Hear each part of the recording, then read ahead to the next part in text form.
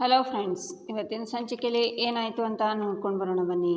ಕಲ್ಯಾಣಿ ಮನೆಯವರೆಲ್ಲ ಮನೆಗೆ ಬರ್ತಾರೆ. ಹಾಲ್ನಲ್ಲಿ ಕಲ್ಯಾಣಿ ರಾಮ್, ಪ್ರೇಮ, ಮಹಾದೇವ, ಕಾವ್ಯನ ಹತ್ರ, ಮಕ್ಕಳ ಈ ದಿನನ ನಾನು ಯಾವತ್ತೂ ಮರೆಯಲ್ಲ. ನೀವೆಲ್ಲರೂ ಸೇರಿ ನನಗೆ ಕೊಟ್ಟಿರೋ ಸಂತೋಷ ತುಂಬ ದೊಡ್ಡ ಆಸ್ತಿ. ರಾಮ್, ಮಹಾದೇವ್, ಪ್ರೇಮ, ಕಾವ್ಯ, ನೀವು ಯಾವಾಗಲೂ ಹೀಗೆ ಖುಷಿಯಾಗಿರಬೇಕು. ನೀವು ಹೀಗೆ ಖುಷಿಯಾಗಿದ್ದರೆ ನನ್ನ ಕಣ್ಣು ತುಂಬ ಬರುತ್ತೆ. ನಿಮ್ಮ ಒಗ್ಗಟ್ಟು, ನಿಮ್ಮ ಪ್ರೀತಿ, ನಿಮ್ಮ ಹೊಂದಾಣಿಕೆ ನೋಡ್ತಿದ್ರೆ ಸಾಕು. ಇನ್ನು ನಾನು ನೆಮ್ಮದಿಯಾಗಿ ಅಂತ ಕಲ್ಯಾಣಿ ಹೇಳುವಾಗ, ಅಮ್ಮೋ ಯಾಕಮ್ಮ ಖುಷಿಯಾಗಿರೋ ಸಮಯದಾಗೆ ಕಣ್ಣೀರು ಹಾಕ್ಕೊಂಡು ಏನೇನೋ ಮಾತಾಡ್ತಿದ್ಯಾ, ನಿನ್ನ ದಮ್ಮಯ್ಯ ಅಂತೀನಿ, ಹಂಗೆಲ್ಲ ಮಾತಾಡಬೇಡ ಅಂತಾನೆ ಮಹಾದೇವ. ದೊಡ್ಡಮ್ಮ, ನೀವು ತುಂಬ ಇಮೋಷ್ನಲ್ ಆಗಿದ್ದೀರಾ ಅಂತ ನನಗೆ ಗೊತ್ತು, ಆದರೆ ಇವತ್ತು ನೀವು ಹೋಗಿರೋ ಮಾತನ್ನು ನೀವು ಯಾವತ್ತೂ ಹೇಳೋಕ್ಕೆ ಹೋಗಬಾರ್ದು ಅಂತಾನೆ ರಾಮ್. ಸರಿ ಆಯಿತು, ತುಂಬ ಹೊತ್ತಾಯಿತು, ಎಲ್ಲರೂ ಸುಸ್ತಾಗಿರ್ತೀರಾ, ಹೋಗಿ ರೆಸ್ಟ್ ಮಾಡಿ ಅಂತ ಕಲ್ಯಾಣಿ ಹೋಗ್ತಾರೆ. ಅಣ್ಣ, ತುಂಬ ವರ್ಷ ಆದಮೇಲೆ ನಾವು ಮಕ್ಕಳಾಗ ಆಟ ಆಡಿದ್ವಿ, ನನಗಂತೂ ಮನಸ್ಸಿಗೆ ಸಿಕ್ಕಾಪಟ್ಟೆ ಖುಷಿ ಆಗ್ತಿದೆ ಅಂತಾನೆ ರಾಮ್. ಹ್ಞೂ ಕಣ್ಲ, ಆದರೆ ನಾವು ಇವತ್ತು ಇಷ್ಟು ಖುಷಿಯಾಗಿ ಮಕ್ಕಳ ಥರ ಆಟ ಆಡೋಕ್ಕೆ ಕಾರಣ ಯಾರು ಹೇಳು? ನಮ್ಮ ಹೆಂಡ್ತೀರು. ಮಹಾದೇವ ಅವರೇ, ಇವತ್ತು ನಮಗೆ ಇನ್ನೊಂದು ಪ್ರೈಸ್ ಬರಬೇಕಾಗಿತ್ತು ಅಂತಾಳೆ ಪ್ರೇಮ. ಹೌದೌದು, ಹಗ್ಗ ಹಿಡಿಯೋ ರೇಸಲ್ಲಿ ನೀನು ಕೈ ಜೋಡಿಸಿದರೆ ಬರ್ತಿತ್ತೋ ಏನೋ ಅಂತಾನೆ ರಾಮ್. ಅದೆಲ್ಲ ನೀನು ಎತ್ಕೊಂಡು ಹೋಗೋ ಸ್ಪರ್ಧೆಯಲ್ಲಿ ಕಷ್ಟಪಟ್ಟರು ಓಡ್ದೆ ಕಣೋ, ಅದಕ್ಕೆ ಸೋತಿದ್ದು ಅಂತಾಳೆ ಪ್ರೇಮ. ಸಾಕು, ಅಷ್ಟೆಲ್ಲ ಹೊಗಳಬೇಡ ಅಣ್ಣ, ಬಾಗೋಣ ಅಂತ ರಾಮ್ ಹೋಗ್ತಾನೆ. ಅಕ್ಕ, ನನಗೆ ನಿನ್ನ ನೋಡಿದರೆ ನಿಜವಾಗ್ಲೂ ಆಶ್ಚರ್ಯ ಆಗುತ್ತೆ ಕಣೆ. ಆ ರಾಮ್ ನಿನಗೆ ಅಷ್ಟೆಲ್ಲ ಅನ್ಯಾಯ ಮಾಡಿದ್ರು, ನಿನಗೆ ನೋವು ಕೊಟ್ಟಿದ್ರು, ನೀನು ಅದನ್ನೆಲ್ಲ ಮರೆತು ಅವರನ್ನು ಕ್ಷಮಿಸಿ ನಿನ್ನ ಮನೆಯವರನ್ನೆಲ್ಲ ಖುಷಿಯಾಗಿ ಇಡೋದಕ್ಕೆ ನೋಡ್ತಿದ್ಯಾ. ನಿಜವಾಗ್ಲೂ ದೊಡ್ಡ ಮನಸ್ಸು ಕಣೆ ಅಂತಾಳೆ ಕಾವ್ಯ, ಕೆಲವೊಂದು ಸಲ ಕಣ್ಣಿಗೆ ಕಾಣೋದೆಲ್ಲ ಸತ್ಯ ಅಲ್ಲ, ಒಂದೊಂದು ಸಲ ಯಾರು ಯಾರಿಗೆ ಮೋಸ ಮಾಡಿದ್ದಾರೆ ಅಂತಲೂ ಗೊತ್ತಾಗೋದಿಲ್ಲ ಅಂತಾಳೆ ಪ್ರೇಮ. ಅಂದರೆ ಅಂತಾಳೆ ಕಾವ್ಯ. ಹೋಗಲಿ ಬಿಡು, ಇವಾಗ ಆ ಮಾತೆಲ್ಲ ಬೇಡ. ಆದರೆ ನಿನಗೊಂದು ಮಾತು ಹೇಳ, ನೀನೇನಾದರೂ ನನ್ನ ಜಾಗದಲ್ಲಿದ್ದಿದ್ರೆ ಅವ್ರು ಎಷ್ಟೋ ತಪ್ಪು ಮಾಡಿದ್ರು ಬಹುಶಃ ಅವರನ್ನು ಕ್ಷಮಿಸ್ಬಿಡ್ತಿದ್ದೆ ಅಂತಾಳೆ ಪ್ರೇಮ. ಖಂಡಿತ ಇಲ್ಲ ಅಕ್ಕ, ಯಾರಾದರೂ ನನಗೆ ಅನ್ಯಾಯ ಮಾಡಿದರೆ ನಾನು ಅವರನ್ನು ಕ್ಷಮಿಸೋದಿಲ್ಲ ಅಂತಾಳೆ ಕಾವ್ಯ, ಅನ್ಯಾಯ, ಕ್ಷಮೆ ಅನ್ನೋದೆಲ್ಲ ಈ ಸಂಬಂಧದಲ್ಲಿ ಬರೋದೇ ಇಲ್ಲ. ನನಗೆ ರಾಮ್ ಅಂದರೆ ತುಂಬ ಇಷ್ಟ, ಅವನು ಪ್ರೀತಿ ಮಾಡೋ ರೀತಿ ತುಂಬ ಇರ್ಬೋದು, ಆದರೆ ತುಂಬ ಒಳ್ಳೆಯವನು ಕಾವ್ಯ. ನಂದು ಬಿಡು, ಹೇಗೋ ನಡೆಯುತ್ತೆ, ನಿಂದೇನು ಕತೆ ಅಂತಾಳೆ ಪ್ರೇಮ. ನಂದೇನಿದೆ ಅಂತಾಳೆ ಕಾವ್ಯ, ನನಗೇನು ಗೊತ್ತಿಲ್ಲ ಅಂತ ಅಂದ್ಕೋಬೇಡ. ಮಹಾದೇವ ಅವರು ತುಂಬ ಒಳ್ಳೆಯವರು, ನಿನ್ನನ್ನು ಅವ್ರು ಎಷ್ಟು ಪ್ರೀತಿ ಮಾಡ್ತಾರೆ ಅಂದರೆ ಅವ್ರ ಕಣ್ಣು ನೋಡಿದರೆ ಗೊತ್ತಾಗುತ್ತೆ, ಅವ್ರು ಮಾತಾಡೋ ಮಾತಲ್ಲಿ ಗೊತ್ತಾಗುತ್ತೆ. ಹೇಗೋ ನೀನು ಅವರಿಗೆ ಹೊಂದ್ಕೊಂಡು ಹೋಗೋ ಪ್ರಯತ್ನ ಮಾಡು ಅಂತಾಳೆ ಪ್ರೇಮ. ಅಕ್ಕ, ನಿನ್ನ ಜಗತ್ತು ಬೇರೆ, ನನ್ನ ಜಗತ್ತೇ ಬೇರೆ ಕಣೆ. ನೀನು ರಾಮ್ ಅವರನ್ನು ಒಳ್ಳೆಯವರಾಗಿ ನೋಡ್ಬೋದು, ಅವ್ರ ಜೊತೆ ಅಡ್ಜಸ್ಟ್ ಮಾಡಿಕೊಂಡು ಇರ್ಬೋದು, ಆದರೆ ನನಗೆ ಮಹಾದೇವ ಒಳ್ಳೆಯವನಾಗಿದ್ದರೂ ಅವನ ಜೊತೆ ಅಡ್ಜಸ್ಟ್ ಮಾಡ್ಕೊಂಡು ಇರೋದಕ್ಕೆ ಆಗಲ್ಲ ಕಣೆ. ಇನ್ನು ಅವನ ಜೊತೆ ಜೀವನ ಮಾಡಿಕೊಂಡು ಸಾಧ್ಯನೇ ಇಲ್ಲ ಅಂತ ಕಾವ್ಯ ಹೋಗ್ತಾಳೆ. ನನ್ನ ಕ್ಷಮಿಸ್ಬಿಡು ಕಾವ್ಯ, ನಾನು ಮಾಡಿರೋ ಒಂದು ತಪ್ಪಿಂದ ನೀನು ಈ ಬಂಧನದಲ್ಲಿ ಸಿಕ್ಕಾಕೊಳ್ಳೋ ಹಾಗೆ ಆಗಿದೆ. ಮಹಾದೇವ ಅವರು ತುಂಬ ಒಳ್ಳೆಯವರು. ಒಂದು ಪಕ್ಷ ಮಹಾದೇವ ಅವ್ರ ಜಾಗದಲ್ಲಿ ಬೇರೆ ಯಾರೇ ಇದ್ದರೂ ಅವ್ರು ಕೆಟ್ಟವರಾಗಿದ್ದರೆ ತಪ್ಪಾಗಿರ್ತಿತ್ತೇನೋ, ಆದರೆ ಮಹಾದೇವ ಅವರು ನಿನ್ನ ಎಷ್ಟು ಪ್ರೀತಿ ಮಾಡ್ತಾರೆ, ನಿನ್ನ ದೇವತೆ ಥರ ನೋಡ್ಕೋತಾರೆ. ನಿನಗೆ ಹೇಳಿ ಮಾಡಿಸಿದ ಗಂಡ ಕಾವ್ಯ ಅವರು. ನಿನಗೋಸ್ಕರ ನಾನು ಏನು ಬೇಕಿದ್ರೂ ಮಾಡ್ತೀನಿ ಕಣೆ. ನೀವಿಬ್ಬರು ಚೆನ್ನಾಗಿರಬೇಕು, ನೀವಿಬ್ಬರು ಆದಷ್ಟು ಬೇಗ ಒಂದಾಗಬೇಕು. ಇನ್ನು ಮುಂದೆ ನಿಮ್ಮಿಬ್ಬರನ್ನ ಒಂದು ಮಾಡೋದೇ ನನ್ನ ಗುರಿ ಅಂತಾಳೆ ಪ್ರೇಮ. ಈಚೆ ಪ್ರೇಮ ದೇವಸ್ಥಾನಕ್ಕೆ ಹೋಗಿ ಬರುವಾಗ ಅಲ್ಲಿ ಒಂದು ಬೈಕ್ ನಿಂತಿರುತ್ತೆ, ಅದರಲ್ಲಿ ಒಂದು ಹ್ಯಾಂಡ್ ಬ್ಯಾಗ್ ಇರುತ್ತೆ, ಅದು ಪೂರ್ವಿದಾಗಿರುತ್ತೆ. ಅವಳದಲ್ಲ ಅದು ಅಂತ ಪ್ರೇಮ ಹೋಗುವಾಗ ಅವಳಿಗೆ ಮಾತು ಕೇಳಿಸುತ್ತೆ. ಮುಂದೆ ಬರ್ತಾಳೆ. ನಂತರ ಹೋಗಬೇಕು ಅನ್ನುವಾಗ, ಬಿಡು ಅರುಣ್ ಅಂತಾಳೆ ಪೂರ್ವಿ. ಇವತ್ತು ಎಷ್ಟು ಮುದ್ದಾಗಿ ಕಾಣಿಸ್ತಿದ್ಯಾ ಗೊತ್ತಾ, ನೀನು ಈ ಅಂದಕ್ಕೆ ಮನಸೋತು ಹೋಗಿದ್ದೀನಿ, ನೋಡ್ತಾನೆ ಇರಬೇಕು ಅನ್ನಿಸ್ತಿದೆ, ನಿನ್ನ ಈ ಮುದ್ದಾದ ಮುಖಕ್ಕೆ ಮುತ್ತಿನ ಮಳೆ ಸುರಿಸ್ಬೇಕು ಅನ್ನಿಸ್ತಿದೆ ಅಂತ ಅವನು ಮುತ್ತು ಕೊಡಬೇಕು ಅನ್ನುವಾಗ ಪೂರ್ವಿ ಅವನ್ನ ತಳ್ಳಿ, ಬಿಡು ಅರುಣ್ ಯಾರಾದರೂ ನೋಡಿದರೆ ಕಷ್ಟ ಅಂತಾಳೆ. ಹೆದರ್ಕೋಬೇಡ್ವೆ, ಈ ನಿರ್ಜನ ಪ್ರದೇಶದಲ್ಲಿ ಯಾರೂ ಇಲ್ಲ, ಅದಕ್ಕೆ ಅಲ್ವಾ ನಾನಿನ್ನ ಇಲ್ಲಿಗೆ ಕರ್ಕೊಂಡು ಬಂದಿರೋದು ಅಂತ ವರುಣ್ ಅವಳಿಗೆ ಮುತ್ತನ್ನು ಕೊಡ್ತಾನೆ. ಪೂರ್ವಿನೂ ಅವನಿಗೆ ಮುತ್ತನ್ನು ಕೊಡ್ತಾಳೆ. ಅದನ್ನೆಲ್ಲ ನೋಡಿಕೊಂಡು ಪ್ರೇಮ ಅಲ್ಲಿಂದ ಮುಂದೆ ಬರ್ತಾಳೆ. ನಾಳೆ ಒಂದು ಒಳ್ಳೆ ಮೂವಿ ರಿಲೀಸ್ ಆಗ್ತಿದೆ, ನೈಟ್ ಶೋ ಹೋಗೋಣ ಅಂತಾನೆ ಅರುಣ್. ನೈಟ್ ಶೋನ ಮನೇಲಿ ಬಿಡಲ್ಲ ಕಣೋ ಅಂತಾಳೆ ಪೂರ್ವಿ. ಮಧ್ಯಾಹ್ನ ಹೋಗೋಣವೇ, ಸಂಜೆವರೆಗೂ ಲಾಂಗ್ ಡ್ರೈವ್ ಹೋಗೋಣ ಪ್ಲೀಸ್ ಕಣೆ ಪೂರ್ವಿ, ಇದಕ್ಕಾದರೂ ಒಪ್ಕೋ ಪ್ಲೀಸ್ ಅಂತಾನೆ ಅರುಣ್. ಸರಿ, ಮನೇಲಿ ಏನಾದರೂ ಸುಳ್ಳು ಹೇಳಿ ಬರ್ತೀನಿ, ಈಗ ಟೈಮ್ ಆಗ್ತಿದೆ, ನಾನಿನ್ನು ಹೊರಡ್ತೀನಿ, ಬಾಯ್ ಅಂತಾಳೆ ಪೂರ್ವಿ ಹೋಗಲೇಬೇಕಾ ಅಂತಾನೆ ಅರುಣ್. ಮನೇಲಿ ಏನಾದರೂ ಡೌಟ್ ಬಂದಿತ್ತು ಅಂದರೆ ತುಂಬ ಕಷ್ಟ ಆಗುತ್ತೆ, ನಾನಿನ್ನು ಹೊರಡ್ತೀನಿ, ಬೇಜಾರಾಗಬೇಡ ಅಂತ ಪೂರ್ವಿ ಬರ್ತಾಳೆ.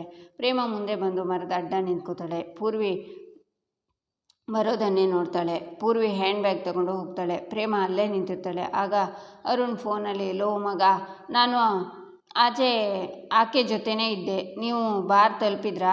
ನಾನು ಇಲ್ಲೇ ರೋಡಲ್ಲಿ ಬರ್ತಿದ್ದೀನಿ, ಈಗಲೇ ಬರ್ತೀನಿ, ಒಂದೊಳ್ಳೆ ಪಾರ್ಟಿ ಮಾಡೋಣ ಮಗ. ಸರಿ ಆಯಿತು ಅಂತ ಗಾಡೀಲಿ ಹೋಗ್ತಾನೆ.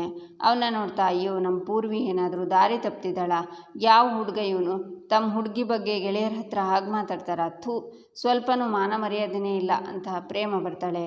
ಈಚೆ ಪೂರ್ವಿ ರೂಮಲ್ಲಿ ತಲೆ ಬಾಚ್ತಾ, ಖುಷಿ ಆಗಿದೆ ಏಕೋ ನಿನ್ನಿಂದ ಅಂತ ಹಾಡು ಹೇಳ್ತಾ ಇರ್ತಾಳೆ. ಆಗ ಪ್ರೇಮ ಬಂದು, ಏನು ಪೂರ್ವಿ ತುಂಬ ಖುಷಿಯಾಗಿದೆಯಾ ಅಂತಾಳೆ. ಯಾಕೆ, ನಾನು ಖುಷಿಯಾಗಿರೋದು ನಿನಗೇನಾದರೂ ಚುಚ್ಚುತ್ತಿದೆಯಾ ಅಂತಾಳೆ ಪೂರ್ವಿ. ಹಾಗೇನಿಲ್ಲಪ್ಪ, ಏನಾದರೂ ವಿಶೇಷನಾ ಅಂತ ಕೇಳಿದೆ ಅಂತ ಪ್ರೇಮ. ಅದನ್ನು ಕಟ್ಕೊಂಡು ನಿನಗೇನಾಗಬೇಕು ಅಂತಾಳೆ ಪೂರ್ವಿ. ಯಾರದು ಅಂತಾಳೆ ಪ್ರೇಮ. ಯಾರು ಅಂತಾಳೆ ಪೂರ್ವಿ. ಅದೇ ಆ ಅರುಣ್ ಅಂತಾಳೆ ಪ್ರೇಮ. ಯಾವ ಅರುಣ್ ಅಂತಾಳೆ ಪೂರ್ವಿ. ನಿನ್ನನ್ನು ಯಾರೂ ಇಲ್ಲದೆ ಇರೋ ಜಾಗಕ್ಕೆ ಕರ್ಕೊಂಡು ಹೋಗಿದ್ನಲ್ಲ ಆ ಅರುಣ್ ಅಂತಾಳೆ ಪ್ರೇಮ. ಯಾರ ಬಗ್ಗೆ ಮಾತಾಡ್ತಿದ್ದೀರಾ ನೀವು? ನಿಮಗೆ ತಲೆ ಕೆಟ್ಟಿದೆಯಾ? ನಾನು ಯಾರನ್ನು ಎಲ್ಲೂ ಕರ್ಕೊಂಡು ಹೋಗಿಲ್ಲ ಅಂತಾಳೆ ಪೂರ್ವಿ. ಸುಳ್ಳು ಹೇಳಬೇಡ ಪೂರ್ವಿ, ನೀನು ಅರುಣ್ ಜೊತೆ ಇದ್ದಿದ್ದನ್ನು ನಾನು ನನ್ನ ಕಣ್ಣಾರೆ ನೋಡಿದ್ದೀನಿ ಅಂತಾನೆ ಪ್ರೇಮ. ನೋಡಿರ್ಬೋದು, ನಾನು ನನ್ನ ಫ್ರೆಂಡ್ ಜೊತೆ ಮಾತಾಡ್ತಿದ್ದೆ, ಅದಕ್ಕೇನೀಗ? ಫ್ರೆಂಡ್ ಹತ್ರ ಮಾತಾಡಬಾರ್ದಾ ಅಂತಾಳೆ ಪೂರ್ವಿ. ಅವನು ಫ್ರೆಂಡ್ ಥರ ಕಾಣಿಸ್ತಿರ್ಲಿಲ್ಲ, ಫ್ರೆಂಡ್ ಕೆನ್ನೆಗೆ ಮುತ್ಕೊಡಲ್ಲ ಅಂತಾಳೆ ಪ್ರೇಮ. ಸರಿ, ನೀವು ಅಂದ್ಕೊಂಡಿರೋದು ನಿಜ, ಅವ್ನು ನನ್ನ ಲವರ್. ಯಾಕೆ, ಪ್ರೀತಿ ಮಾಡೋ ತಪ್ಪ? ನೀನು ಯಾರನ್ನೂ ಪ್ರೀತಿಸಿಲ್ವಾ? ಅಷ್ಟಕ್ಕೂ ನನ್ನ ಲೈಫ್ ಬಗ್ಗೆ ತಲೆ ಕೆಡಿಸ್ಕೊಳ್ಳೋಕ್ಕೆ ನೀವ್ಯಾರು? ನನ್ನ ಬಗ್ಗೆ ಜಾಸ್ತಿ ಯೋಚನೆ ಮಾಡದೇ ಇದ್ದರೆ ನಿಮಗೆ ಒಳ್ಳೆಯದು ಅಂತಾಳೆ ಪೂರ್ವಿ. ಪ್ರೀತಿಸೋದು ತಪ್ಪಲ್ಲ, ನಾವು ಯಾವ ವ್ಯಕ್ತಿನ ಪ್ರೀತಿಸ್ತಿದ್ದೀವಿ ಅನ್ನೋದು ಮುಖ್ಯ. ನೀನು ಯಾರೂ ಇಲ್ಲದೆ ಇರೋ ಜಾಗಕ್ಕೆ ಕರ್ಕೊಂಡು ಹೋಗಿದ್ದಾನೆ ಅಂದರೆ ಅವನ ಉದ್ದೇಶ ಸರಿಯಿಲ್ಲ ಅಂತ ಅರ್ಥ. ಅವನು ಬಲವಂತವಾಗಿ ನಿನ್ನ ಮೈ ಮುಟ್ತಿದ್ದಾನೆ ಅಂದರೆ ಅವನಿಂದ ಅಪಾಯ ಇದೆ ಅಂತಲೇ ಅರ್ಥ. ನೀನು ವಯಸ್ಸಿಗೆ ಬಂದಿರೋ ಹುಡುಗಿ ದಾರಿ ತಪ್ಪಬಾರ್ದು ಅಂತ ಕಾಳಜಿಯಿಂದ ಹೇಳ್ತಿದ್ದೀನಿ. ಅವನು ಸರಿಯಿಲ್ಲ ಪೂರ್ವಿ, ಅವನ ಸಹವಾಸ ಬಿಡು ಅಂತಾಳೆ ಪ್ರೇಮ. ಹಲೋ, ಸಾಕು ನಿಲ್ಸಿ ನಿಮ್ಮ ಲೆಕ್ಚರ್ನ. ಮಾತಾಡೋದು ಉಪದೇಶ, ತಿನ್ನೋದು ಬದನೆಕಾಯಿ ಅಂತಾರಲ್ಲ, ಹಂಗಾಯ್ತು ನಿನ್ನ ಕತೆ. ನೀನು ನಮ್ಮ ಅಣ್ಣನ ಮೋಸ ಮಾಡಿ ಮದುವೆಯಾಗಿ ಬಂದಿದ್ದು ಅನ್ನೋದನ್ನು ಮರ್ತ್ಬಿಟ್ಯಾ? ನೋಡು, ನನ್ನ ಒಳ್ಳೆ ಮೂಡನ್ನು ಹಾಳು ಮಾಡಿದೆ, ಇಲ್ಲಿಂದ ಹೊರಟೋಗು. ನನಗೂ ಯಾವ್ದು ಸರಿ ಯಾವ್ದು ತಪ್ಪು ಅಂತ ಗೊತ್ತಾಗುತ್ತೆ ಅಂತಾಳೆ ಪೂರ್ವಿ. ಗೊತ್ತಾಗಿದ್ದಿದ್ರೆ ನೀನು ಅಲ್ಲಿಗೆ ಹೋಗ್ತಿರ್ಲಿಲ್ಲ ಪೂರ್ವಿ. ನೋಡು, ಈ ಮನೆಗೊಂದು ಗೌರವ ಇದೆ, ನಿಮ್ಮ ಅಣ್ಣಂದ್ರಿಗೆ ಊರಲ್ಲಿ ಒಳ್ಳೆ ಹೆಸರಿದೆ. ನೀನು ಹೀಗೆ ಕದ್ದು ಮುಚ್ಚಿ ಓಡಾಡೋದನ್ನು ಯಾರಾದರೂ ನೋಡಿದರೆ ಈ ಮನೆಗೆ ಕೆಟ್ಟ ಹೆಸರು ಅಲ್ವಾ ಪೂರ್ವಿ? ಈ ಮನೇಲಿ ಆಗಲೇ ಸಾಕಷ್ಟು ಸಮಸ್ಯೆಗಳಿದೆ, ಈಗ ಈ ವಿಷಯದಿಂದ ಅದು ತಲೆನೋವು ಆಗಬಾರ್ದು. ದಯವಿಟ್ಟು ಅರ್ಥ ಮಾಡ್ಕೊ. ನೀನು ಹೋಗಾದ್ಮೇಲೆ ಅವನು ನಿನ್ನ ಬಗ್ಗೆ ಕೆಟ್ಟದಾಗಿ ಮಾತಾಡ್ತಿದ್ದನ್ನು ನಾನೇ ಕೇಳಿಸ್ಕೊಂಡಿದ್ದೀನಿ ಪೂರ್ವಿ. ಅವನು ಸರಿಯಿಲ್ಲ, ಅವನು ಸಹವಾಸ ಮಾಡಬೇಡ ನೀನು ಅಂತಾಳೆ ಪ್ರೇಮ. ಬಿಡಲ್ಲ, ಏನು ಮಾಡ್ತೀಯಾ ಅಂತಾಳೆ ಪೂರ್ವಿ. ಸರಿ, ಈ ವಿಷಯನ ನಾನು ನಿಮ್ಮ ಅಣ್ಣಂಗೆ ಹೇಳ್ತೀನಿ ಅಂತಾಳೆ ಪ್ರೇಮ. ಬೇಡ ಅತ್ತಿಗೆ, ಅಣ್ಣಂಗೆ ಮಾತ್ರ ಹೇಳಿಬಿಡಿ ಅಂತಾಳೆ ಪೂರ್ವಿ.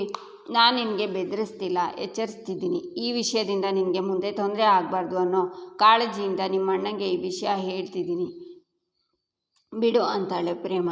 ಆಗ ಪೂರ್ವಿ ಪ್ರೇಮ ಕಾಲನ್ನು ಹಿಡ್ಕೊಂಡು, ಅಣ್ಣಂಗೆ ಮಾತ್ರ ಹೇಳಿಬಿಡಿ, ಅಹಂಕಾರದಲ್ಲಿ ಏನೇನೋ ಮಾತಾಡ್ಬಿಟ್ಟೆ, ಅಣ್ಣಂಗೆ ಗೊತ್ತಾದರೆ ಅಣ್ಣ ಏನು ಮಾಡ್ತಾನೋ ಗೊತ್ತಿಲ್ಲ, ಪ್ಲೀಸ್ ಅತ್ತಿಗೆ ಅಂತಾಳೆ ಪೂರ್ವಿ. ಎದ್ದೇಳು, ನನ್ನ ಕಾಲು ಬಿಡು ಅಂತಾಳೆ ಪ್ರೇಮ. ಪ್ಲೀಸ್ ಅಣ್ಣಂಗೆ ಹೇಳಿಬಿಡಿ ಅಂತಾಳೆ ಪೂರ್ವಿ. ಈಚೆ ಕಿಟ್ಟಿ ಬಳೆನ ನೋಡ್ತಾ, ಬಳೆಗಳನ್ನು ಹುಡುಗಿರು ಮಾತ್ರ ಹಾಕ್ತಾರೆ ಅಂತ ಕೇಳಿದ್ದೀನಿ, ಈ ಬಳೆಗಳನ್ನು ಪಂಚಮಿಗೆ ಕೊಟ್ಟು ಅವಳ ಜೊತೆ ಡ್ಯುಯೆಟ್ ಹಾಡ್ತೀನಿ. ಈ ಬಳೆಗಳನ್ನು ಪಂಚಮಿ ನೋಡಿ ಫುಲ್ ಖುಷಿಯಾಗಿ ನನ್ನ ನೋಡಿ ತಪ್ಕೋಬೇಕು, ಹಾಗೆ ಮಾಡ್ತೀನಿ ಅಂತ ಬರುವಾಗ ಪೂರ್ವಿ ಪ್ರೇಮ ಕಾಲನ್ನು ಹಿಡ್ಕೊಂಡಿರೋದನ್ನು ನೋಡಿ, ಇದೇನಿದು? ಈ ಪ್ರೇಮ ನಮ್ಮ ಪೂರ್ವಿ ಕೈನಲ್ಲಿ ಕಾಲಿಗೆ ಬೀಳಿಸ್ಕೊಂಡಿದ್ದಾಳೆ, ಇವಳಿಗೆ ಎಷ್ಟು ಧೈರ್ಯ ಇರಬೇಡ. ಅಕ್ಕ ಇದನ್ನು ನೋಡಿದರೆ ಮನೆಯಲ್ಲಿ ಮಹಾಭಾರತ ಮಾಡೋದಂತೂ ಗ್ಯಾರಂಟಿ ಅಂತ ಬಂದು ಮಹೇಶ್ವರಿಗೆ ಡಿಕ್ಕಿ ಹೊಡಿತಾನೆ ಕಿಟ್ಟಿ. ಏನಾಗಿದೆ ನಿನಗೆ? ಗೂಳಿ ಥರ ನುಗ್ತಿದ್ಯಲ್ಲ ಅಂತಾರೆ ಮಹೇಶ್ವರಿ. ಅಕ್ಕ, ನೀನು ಹೋಗಿ ನೋಡು, ಈ ಪ್ರೇಮ ಮನೇಲಿ ಏನು ಮಾಡ್ತಿದ್ದಾಳೆ ಅಂತ. ಅವಳು ಇಂಥ ಕೆಲಸ ಮಾಡ್ತಾಳೆ ಅಂತ ಗೊತ್ತಿತ್ತು, ಆದರೆ ಇಷ್ಟು ಬೇಗ ಹೀಗೆ ಮೆರಿತಾಳೆ ಅಂತ ಗೊತ್ತಿರಲಿಲ್ಲ. ಅವಳು ರಾಮ್ನ ಕೋರ್ಟಲ್ಲಿ ಸೇವ್ ಮಾಡಿದ್ದು, ಬೆಂಗಳೂರಿಗೆ ಹೋಗಿ ಬಂದಿದ್ದು, ಕೊಂಬಂದುಬಿಟ್ಟಿದೆ ಅವಳಿಗೆ ಅಂತಾನೆ ಕಿಟ್ಟಿ. ಏನು ಹೇಳಬೇಕು ಅದನ್ನು ನೆಟ್ಟಗೆ ಹೇಳೋ ಅಂತಾಳೆ ಮಹೇಶ್ವರಿ. ಪ್ರೇಮ ಪೂರ್ವಿನ ತನ್ನ ಕಾಲಿಗೆ ಬೀಳಿಸ್ಕೊತಿದ್ದಾಳೆ. ಅಕ್ಕ, ಪೂರ್ವಿ ಹತ್ಕೊಂಡು ಅವಳು ಕಾಲು ಹಿಡ್ಕೊಂಡು ನನ್ನ ಪ್ರಾಣ ಉಳಿಸು ಅಂತ ಬೇಡ್ಕೋತಿದ್ದಾಳೆ. ಮನೆ ಮಗಳನ್ನು ಹೊರಗಡೆ ಬಂದು ಹೀಗ ನಡೆಸ್ಕೊಳ್ಳೋದು ಪಾಪ. ಪೂರ್ವಿ ನೋಡಿ ತುಂಬ ಬೇಜಾರಾಯಿತು, ಕರಳು ಕಿತ್ಕೊಂಡು ಬಂತು ಅಂತಾನೆ ಕಿಟ್ಟಿ. ಅದನ್ನು ನೋಡಿಕೊಂಡು ನೀನು ಸುಮ್ಮನೆ ಬಂದ್ಯಾ? ಆ ಪ್ರೇಮನ ಕೆನ್ನೆಗೆ 4 ಬಾರಿಸ್ಬೇಕಿತ್ತು ಅಲ್ವಾ ಅಂತಾರೆ ಮಹೇಶ್ವರಿ. ನಾನು ಕೊಡೋ ಏಟಿಗಿಂತ ನೀವು ಕೊಟ್ಟರೆ ಪೆಟ್ಟು ಜೋರಾಗಿ ಬೀಳುತ್ತೆ ಅಂತಾನೆ ಕಿಟ್ಟಿ. ಇವಳನ್ನು ಹೀಗೆ ಬಿಟ್ಟರೆ ನನ್ನ ಹೆಸರಿಗೆ ಮಸಿ ಬೆಳೆಯೋದು ಗ್ಯಾರಂಟಿ, ಇವತ್ತು ಇವಳಿಗೆ ಮಾಡ್ತೀನಿ ಅಂತ ಮಹೇಶ್ವರಿ ಬರ್ತಾರೆ. ಈಚೆ ಪ್ರೇಮ, ದಯವಿಟ್ಟು ಕಾಲು ಬಿಡು, ಕಾಲನ್ನು ಹೀಗೆ ಇಟ್ಕೊಳ್ಳೋದು ತಪ್ಪು ಅಂತಾಳೆ. ಅತ್ತಿಗೆ ಪ್ಲೀಸ್ ಅತ್ತಿಗೆ, ಅಣ್ಣಂಗೆ ಈ ವಿಷಯ ಗೊತ್ತಾದರೆ ಅಣ್ಣ ಏನು ಮಾಡ್ತಾನೋ ಗೊತ್ತಿಲ್ಲ. ದೊಡ್ಡಮ್ಮಂಗೆ ಏನಾದರೂ ವಿಷಯ ಗೊತ್ತಾದರೆ ನಾನು ಮನೆಯಿಂದ ಕಾಲು ಹೊರಗಿಡೋಕ್ಕೆ ಕಷ್ಟ ಆಗುತ್ತೆ ಪ್ಲೀಸ್ ಅಂತಾಳೆ ಪೂರ್ವಿ. ಹೀಗೆ ಕಾಲು ಹಿಡಿಯೋದು ತಪ್ಪಾಗುತ್ತೆ ಬಿಡು ಅಂತಾಳೆ ಪ್ರೇಮ. ನೀವು ಯಾರಿಗೂ ಈ ವಿಷಯ ಹೇಳಲ್ಲ ಅಂತ ಹೇಳಿ, ಆವಾಗಲೇ ನಾನು ಕಾಲು ಬಿಡೋದು ಅಳ್ತಾಳೆ ಪೂರ್ವಿ. ಆಯಿತು ಹೇಳಲ್ಲ, ನೀನು ಎದ್ದೇಳು ಅಂತಾಳೆ ಪ್ರೇಮ. ಆಗ ಮಹೇಶ್ವರಿ ಬಂದು ಪೂರ್ವಿ ಅಂತ ಅವಳನ್ನು ಎತ್ತಿ, ಎಷ್ಟೇ ಸೊಕ್ಕೆ ನಿನಗೆ ನನ್ನ ಮಗಳ ಕೈಲಿ ಕಾಲು ಹಿಡಿಸ್ಕೊಳ್ಳೋಷ್ಟು ಅಹಂಕಾರ ಬಂದಿದೆಯಾ ಅಂತಾರೆ ಮಹೇಶ್ವರಿ. ಅತ್ತೆ ದಯವಿಟ್ಟು ನೀವು ಅಂದ್ಕೊಂಡ ಹಾಗೆ ಇಲ್ಲೇನೂ ನಡೆದಿಲ್ಲ ಅಂತಾಳೆ ಪ್ರೇಮ. ಇವಳು ನನ್ನ ಕಾಲು ಹಿಡಿಯೋದಕ್ಕೆ ನೀನೇನು ಇವಳು ತಾಯಿನ, ಅಕ್ಕನ, ಅಜ್ಜಿನ, ಯಾರೇ ನೀನು, ಯಾರೇ ಅಂತ ಕೂಗ್ತಾರೆ ಮಹೇಶ್ವರಿ. ಅತ್ತೆ ದಯವಿಟ್ಟು ಕಿರ್ಚಾಡಬೇಡಿ, ಇದನ್ನು ಯಾರಾದರೂ ಆಚೆ ಕಡೆ ಇರೋರು ಕೇಳಿಸ್ಕೊಂಡ್ರೆ ದೊಡ್ಡ ರಾದ್ಧಾಂತ ಆಗುತ್ತೆ ಅಂತಾಳೆ ಪ್ರೇಮ. ನಾನು ರಾದ್ಧಾಂತ ಮಾಡ್ತೀನಾ ನಿನ್ನ ಅಂತ ಮಹೇಶ್ವರಿ ಹೊಡೆಯೋಕ್ಕೆ ಕೈ ಎತ್ತುತ್ತಾರೆ.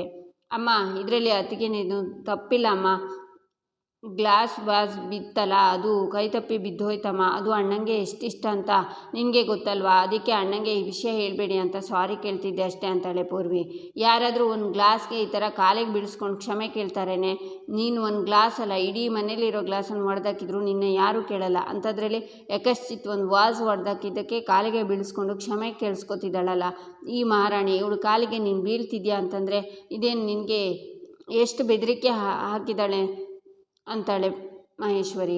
ಅತ್ತೆ ಈ ತರಹ ಮತ್ತೆ ಆಗಲ್ಲ, ಇದನ್ನು ಇಲ್ಲಿಗೆ ಬಿಟ್ಬಿಡಿ ಅಂತಾಳೆ ಪ್ರೇಮ. ಈ ವಿಷಯನ ಇಲ್ಲಿಗೆ ಬಿಟ್ಬಿಡ್ಬೇಕಾ, ನೀನು ಮಾಡ್ತಾ ಬಂದು ಪ್ರತಿಯೊಂದು ತಪ್ಪನ್ನು ಕ್ಷಮಿಸ್ತಾ ಬಂದರೂ ನಿನ್ನ ಬುದ್ಧಿ ಬಿಡೋದೇ ಇಲ್ಲ ಅಲ್ವಾ, ದಿನಕ್ಕೆ ಒಂದು ತಪ್ಪಾದರೂ ಮಾಡೇ ಮಾಡ್ತೀಯ ಅಲ್ವಾ ಅಂತಾನೆ ಕಿಟ್ಟಿ. ಲೇ ಪ್ರೇಮ, ನೀನು ಈ ಮನೆ ಮಗಳಲ್ಲ, ಮತ್ತೆ ಹೊರಗಿನಿಂದ ಬಂದವಳು ಅಂತ ಸಾಬೀತು ಮಾಡಿದೆ ಕಣೆ ಅಂತಾರೆ ಮಹೇಶ್ವರಿ. ಅತ್ತೆ ಸಾಕು ನಿಮ್ಮ ದಮ್ಮಯ್ಯ ಅಂತಾಳೆ ಪ್ರೇಮ.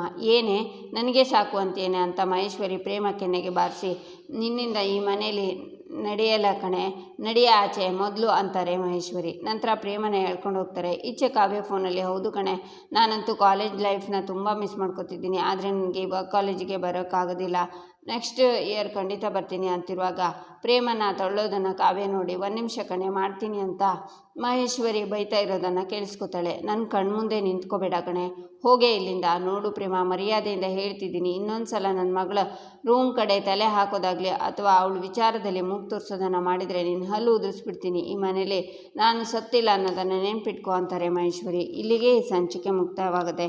ಮುಂದಿನ ಸಂಚಿಕೆಗಾಗಿ ನಮ್ಮ ಚಾನಲನ್ನು ನೋಡಿ ಸಬ್ಸ್ಕ್ರೈಬ್ ಮಾಡಿ, ಲೈಕ್ ಮಾಡಿ, ಸಪೋರ್ಟ್ ಮಾಡೋದನ್ನು ಮರಿಬೇಡಿ.